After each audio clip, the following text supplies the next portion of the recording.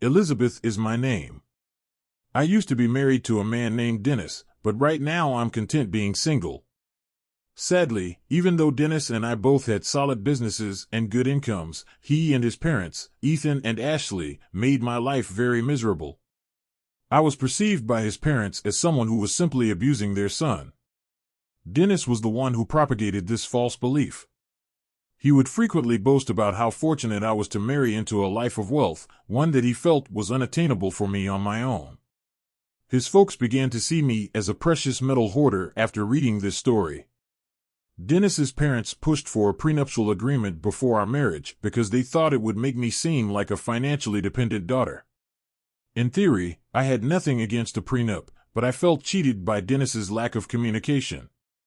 He strengthened his parents' inaccurate perceptions of me by maintaining the notion that I made much less money than he did. I participated in these lies to spare him the embarrassment, even though his family mocked and ridiculed them without cause. My love for Dennis kept me tolerant of this masquerade, even though it was obvious that he didn't appreciate or return the favor.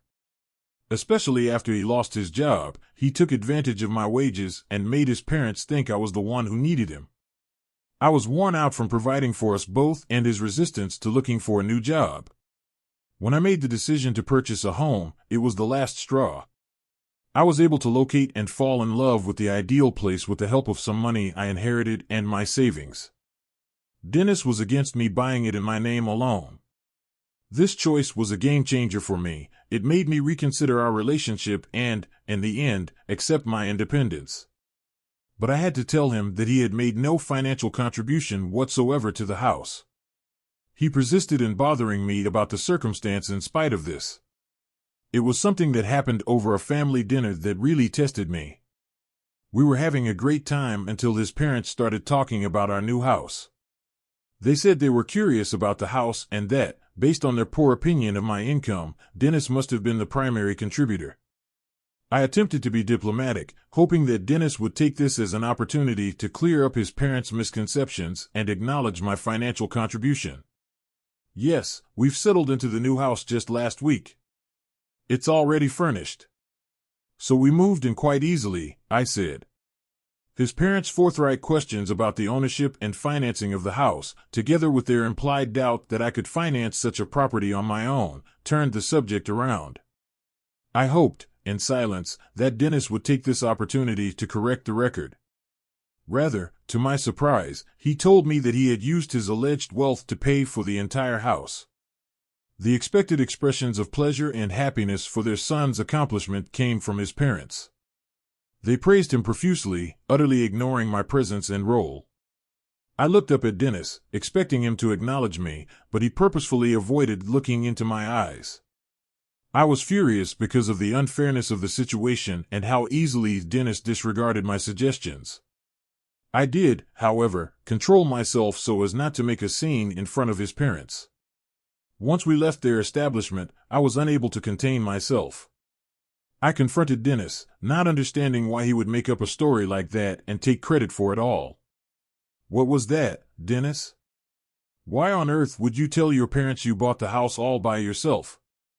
I asked.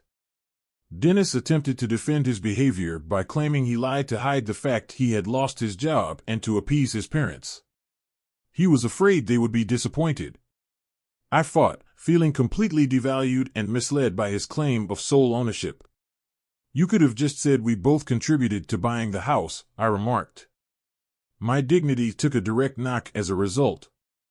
Dennis declined to clarify the misunderstanding with his parents and responded in a contemptuous manner, implying that what had been done could not be undone. I could tell he was more worried about not embarrassing himself than about righting the wrong that had been done to me.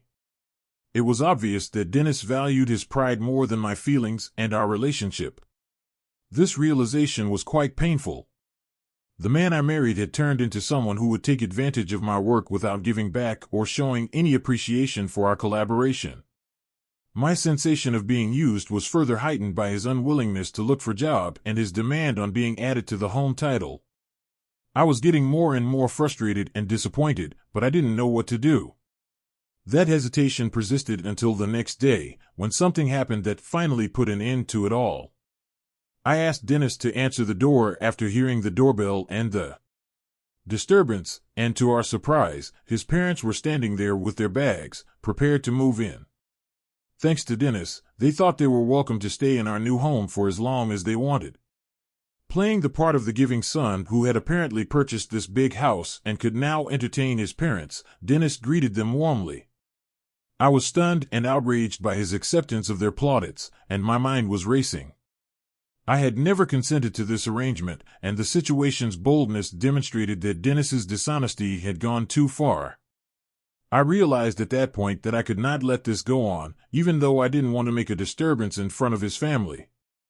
It was totally terrible that Dennis's parents were living in my house thanks to a falsehood. The idea had crossed the line, and I needed to take immediate action to restore my dignity and personal space. I was attempting to manage the unanticipated turn of events as gracefully as I could while navigating a difficult issue. Dennis's parents, meantime, were already having grandiose dreams and spoke eagerly about relocating to a home this size. Tension increased as they talked about how little their old house was and complimented Dennis for getting such a large apartment. It was like salt being rubbed into my wounds when they mentioned having 5 bedrooms and how anxious they were to have the biggest one for themselves. I made the imperceptible suggestion, let's hold off on choosing rooms for a moment. I need to speak with Dennis privately. But Dennis, who was obviously nervous and averting his eyes from me, knew that this was going to be a major confrontation. The uneasiness was exacerbated by his attempt to divert attention by proposing that we talk about everything in front of his parents. If you don't mind, Dennis, let's have a conversation here, I said, growing impatient. I responded in a direct manner. Dennis, your parents cannot stay here. It's not going to happen. You didn't even ask me before making such a decision. How could you think this is all right? It was astonishing how quickly his mother defended him, saying the house was his to do with as he pleased and implying that I had no voice in the matter. They even threatened to eject me, saying I should take precautions to avoid being kicked out. The last straw was their demands to see the biggest room, as if my words didn't matter.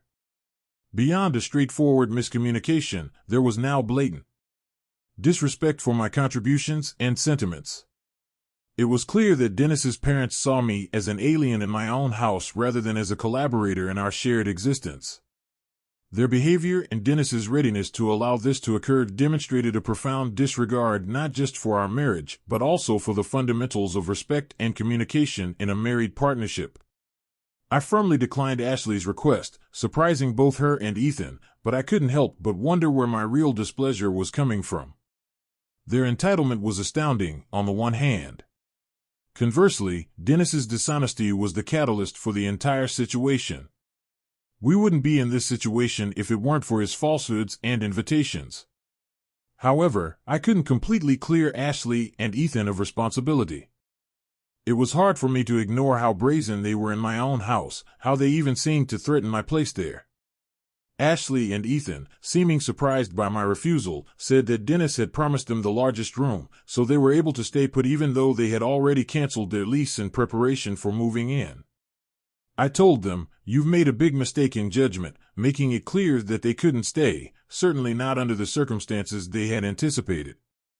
They were visibly outraged by my position and insisted that Dennis would settle the dispute in their favor, disregarding my permission. At that point, I had to make it clear who really owned the house. You're wrong, Ashley. It looks like Dennis hasn't told you that the house is really mine, not his. Therefore, you can't even stay here and claim the biggest room. Their incredulity at my statement only made things worse, as they accused me of lying about who owned the house. I advised them to ask Dennis for confirmation, thinking that maybe this time he would be forced to come clean. Dennis was forced to validate his fictitious claims of ownership and defend their viewpoint when confronted with their expectations. He was forced to decide between maintaining his facade and facing the reality head-on because both Ashley and Ethan were anxiously awaiting his confirmation of their beliefs.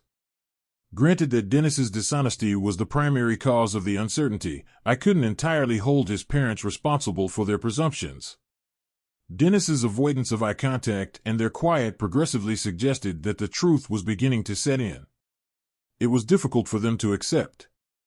reality since they had been persuaded for so long about my alleged financial reliance and Dennis's success, even though they were still having difficulty tying this to their preconceived conceptions about me. Dennis said nothing in response to their demands for an explanation, which was a tacit acknowledgement of the reality I was saying. Presenting the property documents as evidence of my ownership, I confronted their incredulity. The fact that Dennis lost his job and became dependent on my income contrasted dramatically with their claim that he was the natural owner given his prior high income. I corrected them, pointing out that, in addition to Dennis losing his job a year earlier, my career had also been successful, despite their assessment being based on flimsy evidence. Ethan and Ashley appeared genuinely horrified by the discovery, leaving them stunned. Tension was only increased by Dennis's persistent quiet and avoidance of any conflict, with his eyes fixated on the ground. Dennis continued to say nothing, so I thought it was time to finish the awkward exchange. I told Ashley and Ethan that I'd had enough of their antics for one day and that it was time for them to go. Dennis, however, eventually raised his voice and objected to their eviction, citing the difficulties it would bring about. His request highlighted the complexities of the issue and put me in a difficult position, having left their prior living arrangement with the intention of staying with us. In addition to establishing limits, he had to think about how these discoveries would affect his parents right away, as they were now entangled in Dennis's web of deceit. "Yes, Dennis, I can and I will," I said with a tone that did not allow for any discussion. Dennis, feeling entitled by his role as my husband, argued that his word should allow his parents to stay, claiming that my hands were constrained in this matter. "You made these decisions without my input," essentially offering them a place in my house as if it were yours to give. Ashley chimed in, claiming shared ownership of everything I owned through Dennis, as if marriage erased individual rights to property. However, I stood my ground. "No, Ashley, I can indeed ask you to leave, and Dennis, you'll be leaving with them since we are still legally tied. I'll prepare an eviction notice for you, and I won't stop there. I'll be seeing my lawyer to discuss our divorce." When the subject of divorce was brought up, Dennis reacted instantly and viscerally, exhibiting fear and rage as though the idea had never occurred to him. Thinking he could scare me into giving in, he threatened to seize half the house and demand alimony in return. "Really, Dennis? Have you forgotten the prenup you were so eager to have me sign?" I said him. "It explicitly states that neither of us can claim alimony and that our individual assets remain ours in the event of a divorce. You and your parents thought you were protecting your future by having me sign that document, never imagining the tables would turn." For Dennis and his parents, the reminder of the terms of the prenuptial agreement served as a harsh wake-up call. They had been so sure of Dennis's unending success that they had not really realized how bad things really were until now. Their confidence faltered with the realization of how seriously they had miscalculated, and they abruptly changed their position. They said, "Maybe we don't need to rush into a divorce," their tone belying the desperation of their new situation. Dennis put forth the suggestion, "Let's just sit down and figure this out. Maybe we can find a solution that works for everyone, with the hope that a compromise could be reached." But I was at my breaking point. I firmly said, "I'm not here to solve problems for your benefit." Dennis attempted to downplay the gravity of their acts by implying that I should ignore their previous behavior as small matters that occurred in the distant past. "I won't be used for financial gain by you, Dennis, nor will I tolerate any more exploitation from your parents after their mistreatment." However, I couldn't ignore his and his parents' recent threat to have me removed from my own house. They began to beg for forgiveness, thinking they could convince me as they had in the past, but their abrupt turn to polite conversation couldn't undo the initial tension. They had obviously misjudged my tenacity. They had clearly disregarded my autonomy by canceling their lease and figuring they could just move in with us. I was going to refuse to be ignored any longer. I made the decision to contact the police to escort Ethan and Ashley out when it became clear that they had no intention of leaving. Dennis was reminded of his own impending expulsion from my house after they left, which infuriated him. When Dennis realized how things really stood, his attitude swiftly shifted to one of regret and apology. It was tiring to see how quickly their Views were changing, but I was glad it would soon be finished. That signaling the end of a long-term pattern of manipulation, as I made it plain that Dennis was no longer welcome in my personal space. Dennis had no choice but to leave his parents after being forced to stay in the guest room until his departure was confirmed with an eviction notice. Their hotel bills had eaten up a large chunk of their cash, so they had to look for a new rental. It's interesting that they declined to let Dennis into their new home, instead letting him deal with the difficulties of locating housing as they had. They made a clear break in their relationship with Dennis by making this decision, which appeared to be motivated by their desire to hold him responsible for his dishonesty and the problems it brought them. Dennis's parents stopped supporting him as a result of them blaming one another for their current predicament. All they seemed to value was his money, so Dennis was forced to temporarily rely on the kindness of friends while he looked for work. Convinced that a future marriage with Dennis was unattainable, I moved forward with our divorce in the interim. His behavior had demonstrated a deep-seated selfishness and lack of respect that were very different from the person I had previously adored. My choice remained firm even in the face of Dennis's attempts to make amends. I resisted being taken advantage of anymore.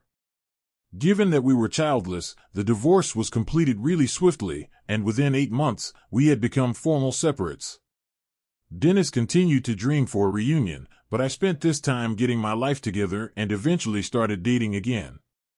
Only in his dreams was there a chance like that to happen.